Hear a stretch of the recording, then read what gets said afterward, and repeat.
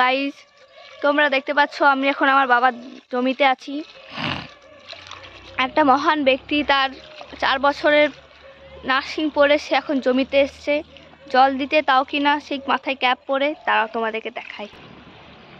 এই দেখো সেই এই দেখো আমার বাবার জমি, বাবা এর মধ্যে আলু লাগিয়ে ফেলেছে, আর আছে বিভিন্ন ধরনের শাক। এটা হলো আমার সব থেকে অপছন্দের জিনিস, ফুলকপি, পেঁয়াজ, লাপা শাক, পালং শাক আছে, ধনেপাতা, এই যে আম গাছ একটা, এটা হলো কাঁঠাল গাছ, এটা পেয়ারা গাছ, কলা গাছ, অনেক কিছু আছে আমার বাবার জমিতে। তোমরা কেউ একবার ঘুরতে এলে অনেক কিছু নিয়ে যেতে পারবে, একবার খালি এসে দেখো।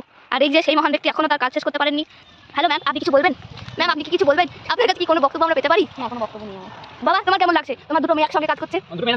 তাই সত্যি একটারও লাগানো হয়েছে, আর একটারও লাগাতে গিয়ে এই ম্যাডামজির অবস্থা দেখো, বসে মনে হচ্ছে কীভাবে বসে আছে। দেখো বাবাকে দেখো শান্তশিষ্টভাবে লাগাচ্ছে। যদিও আমি কোনো কাজ করিনি সেটা ব্যাপার নয়, কিন্তু হ্যাঁ সেটা ব্যাপার নয়, বাড়ির ছোটো মেয়েরাই হয় এমন, এটা বোঝা উচিত সবার। বড় দিদি থাকলে কি আর কেউ কাজ করে? যাই হোক, কিন্তু তার অবস্থা দেখো একদম মাঠের মধ্যে বাবু মিলে বসে পড়েছে, আর এই যে বাবা এখনো লাগিয়ে যাচ্ছে। চলো দেখা হচ্ছে, টাটা।